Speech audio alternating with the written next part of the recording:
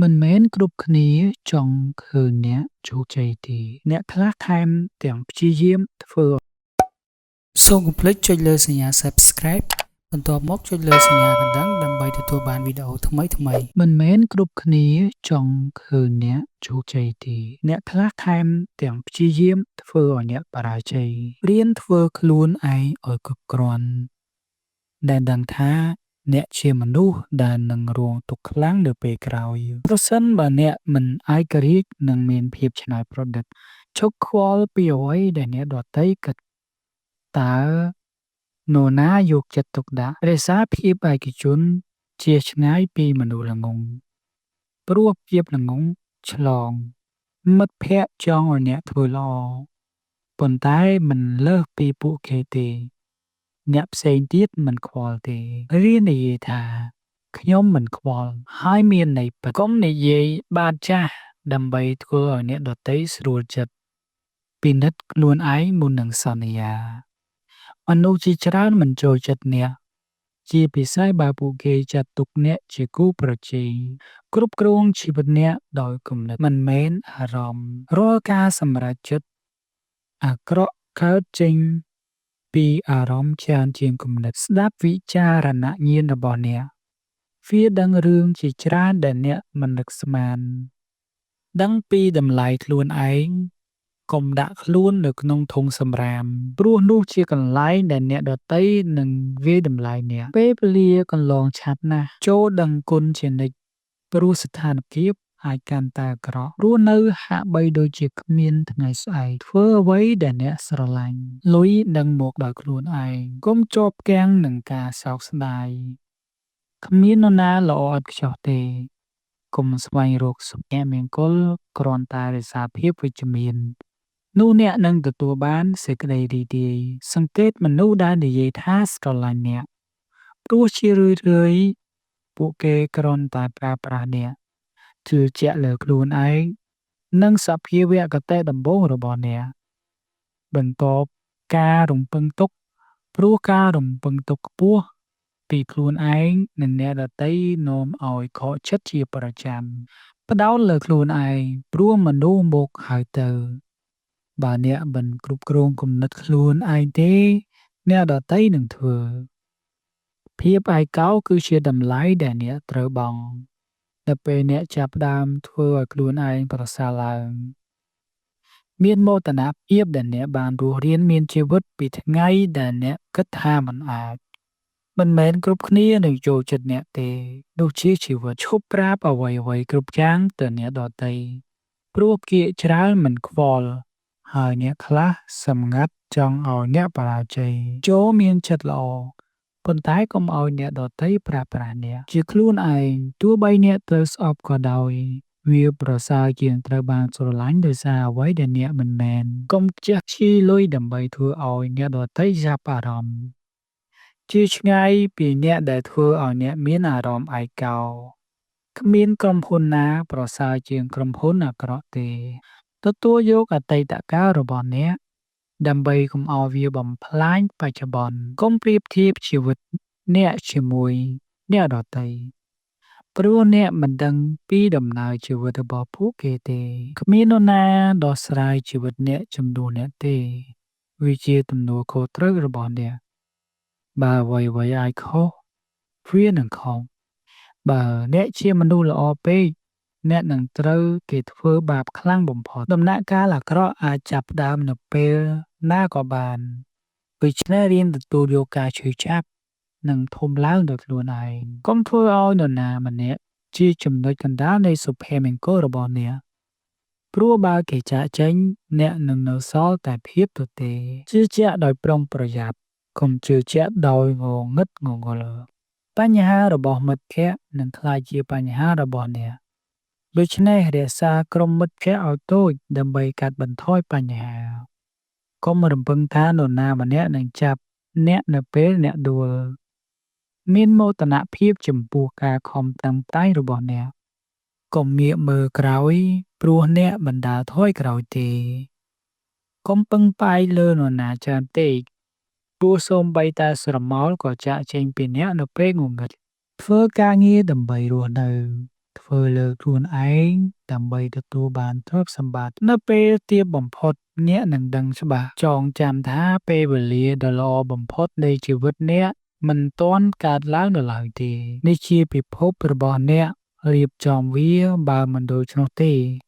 អ្នកដទៃនឹងធ្វើទម្លាប់អាក្រក់ប្រៀបដូចជាគ្រែតុនងាយចូលតែពិបាកចេញគ្មាននរណាមានការយកចិត្តទុកដាក់ខ្លាំងពេកទេវាគ្រាន់តែជារឿងអាទិភាពបើអ្វីធ្វើឲ្យអ្នកសប្បាយចិត្តរក្សាវាឲ្យស្ងប់ស្ងាត់ការឈប់ប្រាប់អ្នកដទៃពីអ្វីកើតឡើងក្នុងជីវិតអ្នកគឺជារឿងល្អបំផុតការខំប្រឹងដើម្បីជោគជ័យដោយគ្មានការធ្វើការគឺប្រៀបដូចជាការច្រូតកាត់ដែលអ្នកមិនបានដាំកុំបង្ខំកុំសុំទាននិងកុំដេញតាមជីវិតប្រៀបដូចសៀវភៅមានជំពូកខ្លះសោកសៅខ្លះសប្បាយប៉ុន្តែទាំងអស់ចាំបាច់សម្រាប់រឿងពេញលេញរៀនផ្លាស់ប្ដូរសម្បកកង់រថយន្តវាជាជំនាញជីវិតដ៏មានតម្លៃបើអ្នកមិនឲ្យតម្លៃពេលវេលារបស់អ្នកអ្នកដទៃក៏មិនឲ្យដែរមនុស្សខ្លាំងបំផុតមិនមែនជាអ្នកដែលបង្ហាញភាពខ្លាំងនៅចំពោះមុខយើងទេប៉ុន្តែជាអ្នកដែលប្រយុទ្ធនឹងសមរភូមិដែលយើងមិនដឹងការឈឺចាប់ថ្ងៃនេះនឹងក្លាយជាកម្លាំងនៅថ្ងៃស្អែកប្រែការឈឺចាប់របស់អ្នកទៅជាប្រាជ្ញាកុំពន្យាពេលពិនិត្យសុខភាពសំខា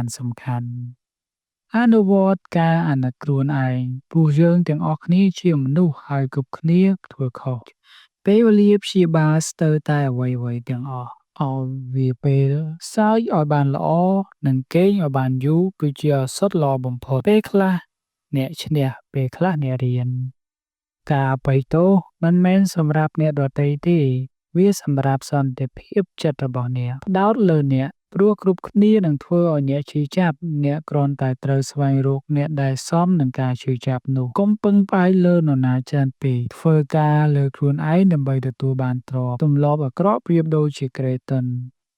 គ្មាននរណាមានការយកចិត្តទុកដាក់ខ្លាំងពេកទេវាគ្រាន់តែជារឿងអាទិភាពបើអ្វីធ្វើឲ្យអ្នកសប្បាយចិត្តរក្សាវាឲ្យស្ងប់ស្ងាត់បើគ្មាននរណាជួយអ្នកទេធ្វើវាដោយខ្លួនឯងជោគចិត្តទុកដាក់លើជីវិតហិរញ្ញវត្ថុរបស់អ្នកលុយជាការពារដ៏ល្អចូលអនុវត្តភាពឯកជនព្រោះអ្វីដែលអ្នកដទៃគិតមិនមែនជារឿងរបស់អ្នកទេអ្នកមិនអាចផ្លាស់ប្ដូរការចាប់ផ្ដើមបានទេប៉ុន្តែអ្នកអាចចាប់ផ្ដើមពីឥឡូវនេះនិងផ្លាស់ប្ដូរទីបញ្ចប់ភាពឯកោផ្ដល់ឱកាសឲ្យអ្នកខ្លាយ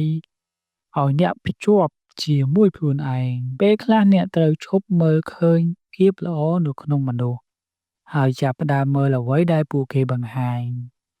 កុំធ្វើពុតជាអ្នកប្រសើរជាអ្នកពិតជីវិតខ្លីពេកក្នុងការខ្ជះខ្ជាយពេលវេលាស្អប់នរណាម្នាក់ច្រណែនគឺជាការខ្ជះខ្ជាយពេលវេលាបើអ្នកមិនសុំទេអ្នកនឹងមិនទទួលបានទេធ្វើចំពោះអ្នកដទៃដូចអ្នកចង់ឲ្យពួកគេធ្វើចំពោះអ្នកបើអ្នកនិយាយការពិតអ្នកមិនចាំបាច់ចងចាំអ្វីទេជីវិតមិនយុត្តិធម៌ទេប៉ុន្តែវានៅតែល្អអ្នកដែលមិនហ៊ានប្រថុយនឹងមិនសម្រេចអ្វីសោះកុំជឿពាក្យសម្ដីជឿលើសកម្មភាពធ្វើខ្លួនឯងឲ្យមានតម្លៃជីវិតនឹងកាន់តែងាយស្រួលជាមួយលុយមិនមែនពេលវេលាទេបើអ្នកអាចរស់រានមានជីវិតពីគំនិតខ្លួនឯងអ្នកអាចរស់រានមានជីវិតពីអ្វីៗទាំងអស់រៀនព្យាបាលខ្លួនឯងដោយមិនចាំបាច់បង្ហាញអ្នកគ្រប់គ្នាដើម្បីជៀសវាងការខកចិត្តកុំរំពឹងអ្វីពីនរណាម្នាក់អ្វីៗនឹងមករកអ្នកនៅពេលត្រឹមត្រូវចូលអត់ធ្មត់ការបរាជ័យគឺជាស្នាមជាំមិនមែនស្នាមសាក់ទេជៀសវាងការនិយាយដើមវាជាថ្នាំពុលសម្រាប់ចិត្តឬគល់នៃការឈឺចាប់គឺជាការជាប់ចិត្តពេលវេលាតែងតែបង្ហាញអត្ថន័យពិតរបស់អ្នកចំពោះនរណាម្នាក់ភាពតានតឹងគឺបណ្ដោះអាសន្នប៉ុន្តែមេរៀនពីវាអាចនៅយូរបើនរណាម្នាក់ព្យាយាមទម្លាក់អ្នកពួកគេបាននៅក្រោមអ្នករួចហើយលុយមិនមែនជាអ្វីៗទាំងអស់ទេប៉ុន្តែវាអាចជួយដោះស្រាយបញ្ហាជាច្រើនកុំអន់ចិត្តដែលមានមិត្តល្អ ព្រោះអ្វីៗដែលល្អនឹងត្រឡប់មកវិញជ្រើសរើសមិត្តភក្តិដោយប្រុងប្រយ័ត្នព្រោះមនុស្សជុំវិញអ្នកនឹងជួយអ្នកឲ្យក្លាយជាមនុស្សប្រសើររំពឹងទុកល្អបំផុតត្រៀមខ្លួនសម្រាប់អាក្រក់បំផុតពាក្យទេគឺជាពាក្យដ៏មានឥទ្ធិពលកុំធ្វើជាអ្នកផ្គាប់ចិត្តអ្នកដទៃនៅពេលលំបាកបំផុតអ្នកនឹងនៅម្នាក់ឯងប៉ុន្តែវានឹងធ្វើឲ្យអ្នកប្រាជ្ញចាស់ទុំនិងគ្មានការភ័យខ្លាចធ្វើការដើម្បីសុបិនរបស់អ្នកព្រោះការធ្វើការឲ្យសុបិនអ្នកដទៃនឹងលះបង់សុបិនរបស់អ្នកតួអ្នកធ្វើល្អប៉ុណ្ណាមនុស្សនឹងចងចាំតែកំហុសរបស់អ្នកដើម្បីឈានទៅមុខអ្នកត្រូវចាកចេញពីអ្វីមួយមនុស្សជាទីស្រឡាញ់គឺជាចំណុចខ្សោយបំផុតរបស់អ្នកដំណាក់កាលអាក្រក់អាចជាពរជ័យព្រោះវាភ្ញូចឲ្យអ្នកឃើញអ្វីដែលអ្នកមិនធ្លាប់យកចិត្តទុកដាក់អត់ធ្មត់គឺជាធម៌ពលការជឿជាក់ងាយបង្កើតប៉ុន្តែងាយបែកបាក់ការព្រួយបារម្ភមិនដករហូតបញ្ហាថ្ងៃស្អែកទេវាគ្រាន់តែដកហូតសន្តិភាពថ្ងៃនេះកុំខ្លាចការសម្រេចចិត្តលំបាកព្រោះជម្រើសលំបាកច្រើនតែល្អបំផុតបទពិសោធន៍គឺជាគ្រូបង្រៀនដ៏ល្អបំផុតគ្មានទំនាក់ទំនងណាតែគ្មានផលប្រយោជន៍ផ្ទាល់ខ្លួនទេដូច្នេះគ្រប់គ្នាសុទ្ធតែអាត្មានិយមបើអ្នកមិនរៀបការដើម្បីអាពាហ៍ពិពាហ៍ទេអ្នកកំពុងណាត់ជួបដើម្បីជឿចាប់គោរពខ្លួនឯងព្រោះមនុស្សអាចមើលឃើញបើអ្នកមិនគោរពខ្លួនឯងកុំទុកឲ្យការយល់ច្រឡំក្លាយជាហេតុផលនៃភាពឆ្ងាយជារៀងរហូតស្រឡាញ់មនុស្សជាទីស្រឡាញ់ឲ្យបានច្រើនព្រោះគេអាចចាកចេញនៅពេលណាក៏បានសន្សំលុយជារៀងរាល់ថ្ងៃព្រោះការសន្សំអាចធ្វើអភូតហេតុគោរពគឺសមាមាត្រទៅនឹងទ្រព្យសម្បត្តិរបស់អ្នកនៅកន្លែងជាច្រើនយំនឹងមនុស្សប៉ុន្តែចុះពេលវេលាក៏មិនត្រឡប់មកវិញដែរពេលវេលាគឺជាអ្វីៗទាំងអស់ហើយវានឹងកំណត់អ្នកសុខភាពនិងសមិទ្ធផលរបស់អ្នកគឺជាអ្វីដែលសំខាន់ការសម្រេចចិត្តនៅពេលឈឺចាប់គឺល្អបំផុតព្រោះការភ័យខ្លាចនឹងឈឺចាប់ម្ដងទៀតគឺជាកម្លាំងជំរុញដ៏ខ្លាំងអតីតកាលកាន់តែលំបាកអនាគតនឹងកាន់តែស្រស់ស្អាត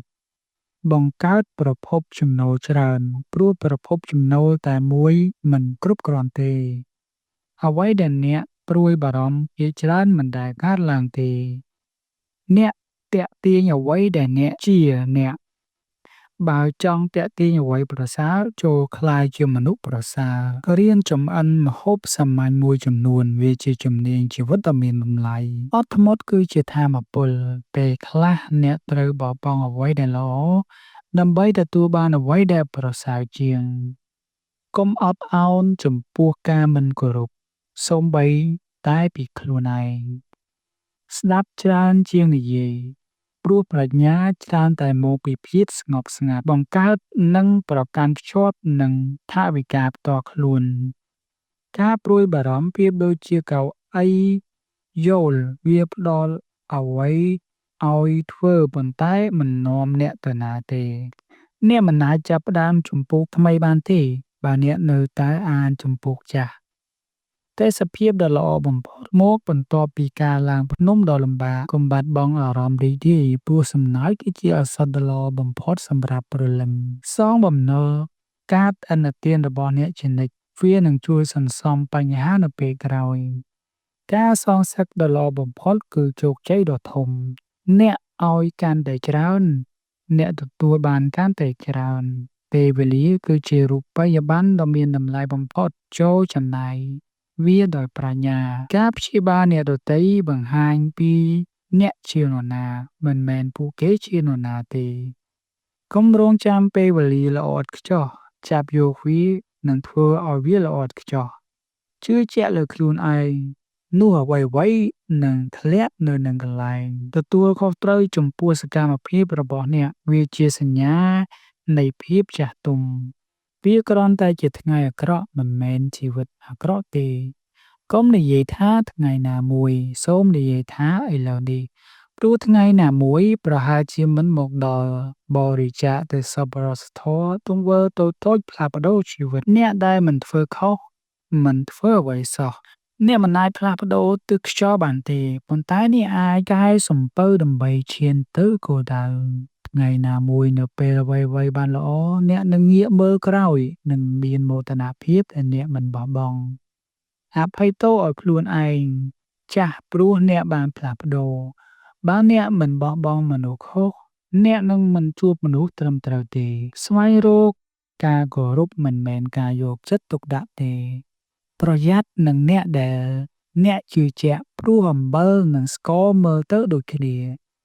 ពេលវេលាតែងតែបង្ហាញអត្តន័យពិតរបស់អ្នកចំពោះនរណាម្នាក់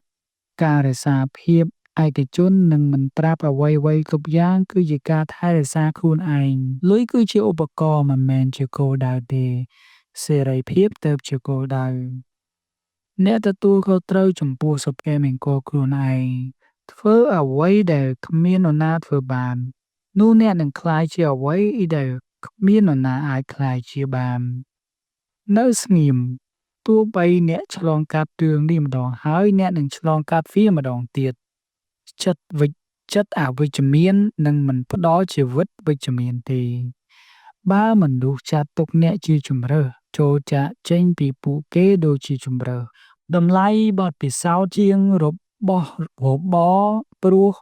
ការចងចាំគឺជាទ្រព្យសម្បត្តិពិតប្រាកដទទួលយកអ្វីដែលជាបោះបង់អ្វីដែលធ្លាប់ជានិងមានជំនឿលើអ្វីដែលនឹងកើតឡើងមានមនុស្សជាច្រើនស្រឡាញ់អ្នក